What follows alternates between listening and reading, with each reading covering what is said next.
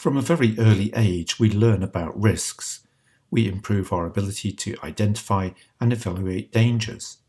We're taught how to avoid getting ourselves into trouble and harm. We are schooled by our parents in useful rules like look both ways when you cross the road, don't put your hand in the fire. Each culture has its own approach to risk-taking and views about what is and is not appropriate behaviour. We also learn through doing. You can't learn to swim unless you take the risk of getting in the water. The danger is that you will drown, but supervision, teaching, practice and emergency measures combine to make sure that the worst doesn't happen.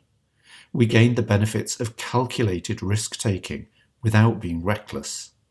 Eventually you learn to swim, and this equips you with the ability not only to save your own life, but potentially the lives of others. Nowadays, there's a great emphasis on avoiding risks. Children in particular have reduced opportunities to learn about risk-taking in an active way. Parents have embraced a risk management approach which aims to eliminate risks and ensure children are not exposed to even mild risks. In the past, the playground and outdoor play were seen as good for children, even if trips and falls were sometimes involved.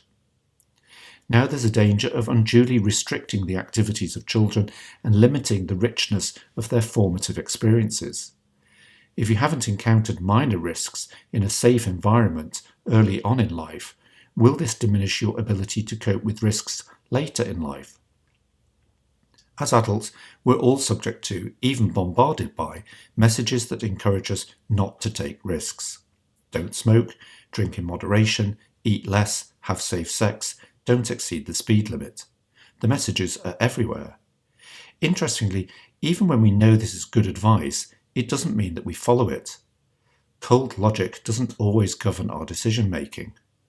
Perhaps this tells us that risk-taking is a mixture of decision-making informed by the head and the heart.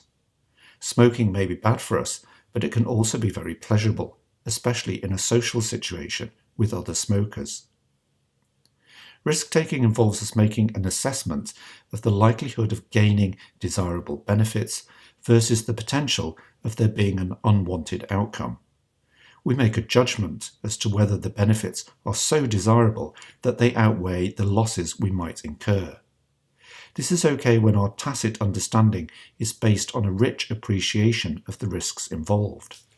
However, we must avoid evaluations based on wishful thinking, superstition, gut instinct, or recklessness.